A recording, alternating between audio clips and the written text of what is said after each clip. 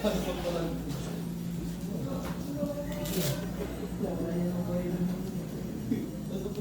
mo eh. Yan. Ano gagawin natin? Nakahawak lang. Ikaw lang palit dito hawak. Hawak pa niya. Anong gagawin ng ng dalawa? Baliktad yan. Yung mas maliit yung sa may paahan. Okay? Isa lang muna may hawak dyan. Anong gagawin yung tatlo? Dito kayo sa side na to. Anong gagawin? Lag roll. No? Ikaw nandiyan ka lang sa ulo. Yung isa nakaganito, yung isa nakaganon. No?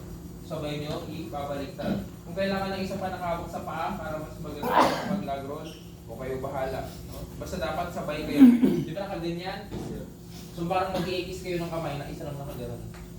Dapat, magka-count kayo sabay-sabay. 1, 2, 3, ikaw rin, magka-turn ka dito. Hawak mo yung ulo. Sabay ko lang yung dito. 1, 2, 3. Kaya ko yung mix. Hindi. Ay, ganun.